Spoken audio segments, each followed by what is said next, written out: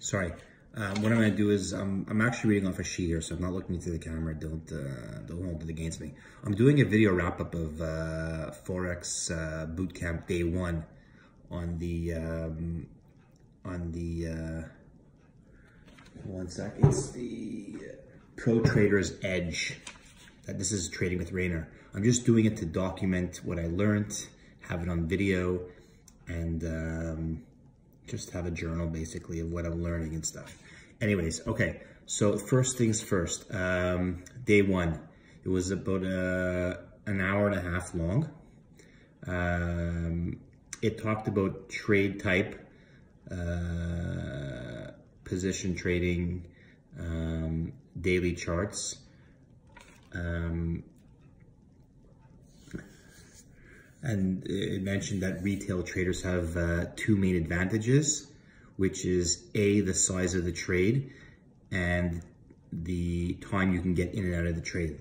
Basically, you could time your entries. If you're a retail trader, you could slip in and out under the radar, basically, and you can choose when you're going in and out. Unlike banks, they have to execute the trades for their clients. So if the client calls and say, listen, sell $5 million dollar yen, they have to do it at that point. They're doing it for their client.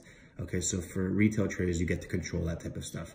Bank, hedge funds, mutual funds, they get paid no matter what.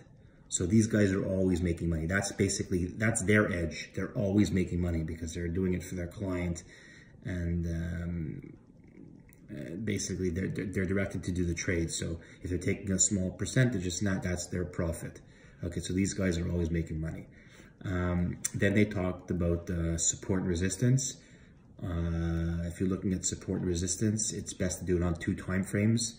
So if you're doing it like on the daily, you look at the daily and weekly. If you're looking at the 1 hour, you're 1 hour and 4 hour. If you're looking at the 4 hour, you're looking at the 4 hour, you're looking at the daily. So basically, when you're doing support and resistance, to mark it up on 2 time frames and use 2 different colors so you can differentiate between the time frames. Then they discussed the significance of the area by the number of touches. More touches on a certain price, it was more significant. And then the magnitude of the move, where it moved from that price. Did it have a breakout, or did it collapse from there? So the bigger the magnitude of the trade, the more significant that level was.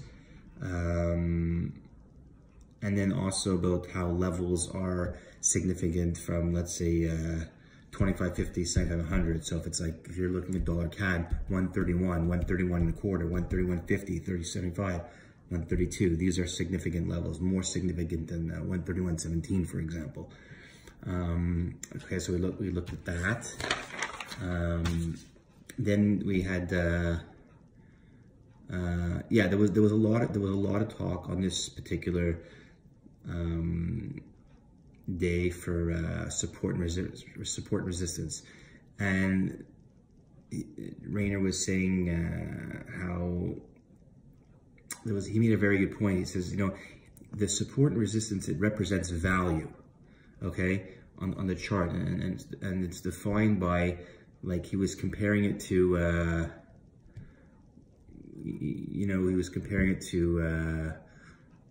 going to buy oranges at a supermarket, which I thought was very interesting. If the price is right, it's right. If it's the right price, you're gonna want to buy them there. If it's not, you're gonna want to wait. So support and resistance are areas where you decide you want to do business. If you're in between a support and resistance, that's not a desired area to do business in. Also, how to identify best risk reward. Let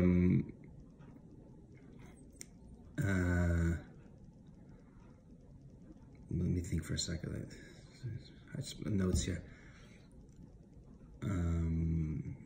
How to define best risk reward. When you're taking trades, you want to if you're going short, you want to go take a trade from resistance. If you're going long, you want to do as close as you can to support. So as close as you can to resistance for short, and then as close as you can to support for long trades. And never ever would you ever take a trade. This is what he said. and I agreed with him 100%, is never ever take a trade in between the zones, in between those ranges, because your risk to reward is gonna go through the toilet. Anyways, then they had a question period. A lot of questions were asked about support and resistance, the way it was drawn. Then they had, then one person asked if you had a full-time job, what type of trader would best suit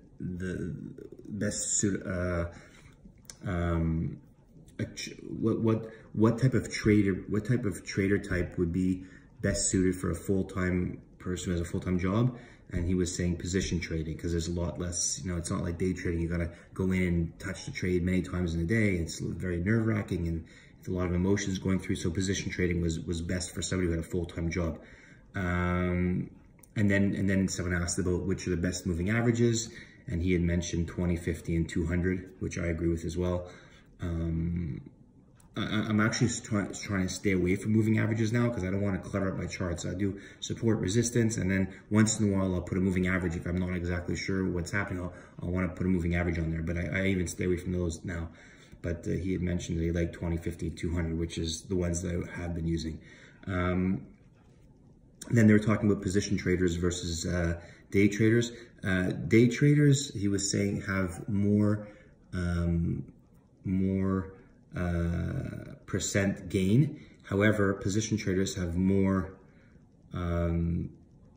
larger gains, because usually position traders are usually using more money. Day traders are probably playing with smaller amount and going in and out and trying to make as many trades as possible to clean up.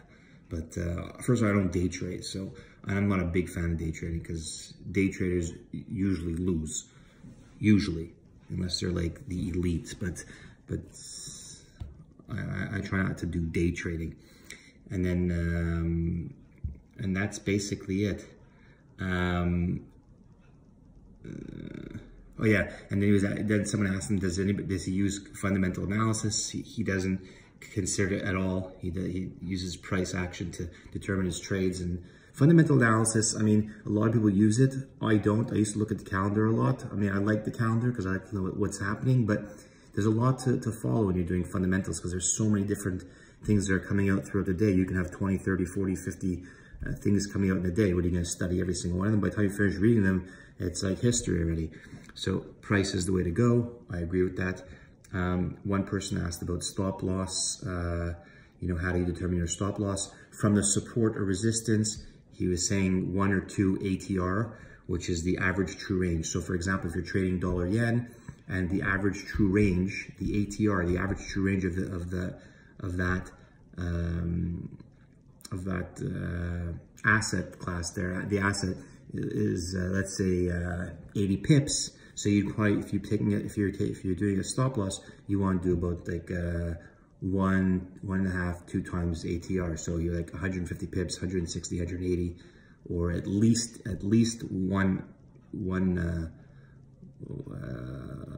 one times average true range, which is 80, but usually 1.5 would be better. So that was a very good question about stop loss. So people say, how do I determine where I put my stop loss? That's a very good way of doing it. The average true range, 1 or 2 times average true range for your stop loss, which I thought was pretty cool. And that's basically what was learned in day 1 of boot camp. I liked it for my own personal knowledge. I'm doing these videos so I can look back on it and remember it, because you know what? I could barely read my handwriting, so I need to watch a video to remember. And I think it's great. You look back on it, you know, you don't forget. And basically, it also gives me something to do while I'm looking at the materials. I get to jot down notes, then do a video, and I won't forget it. So it's helping me keep a journal. And that's basically it. So boot camp day 1 complete. And thank you very much for watching my video.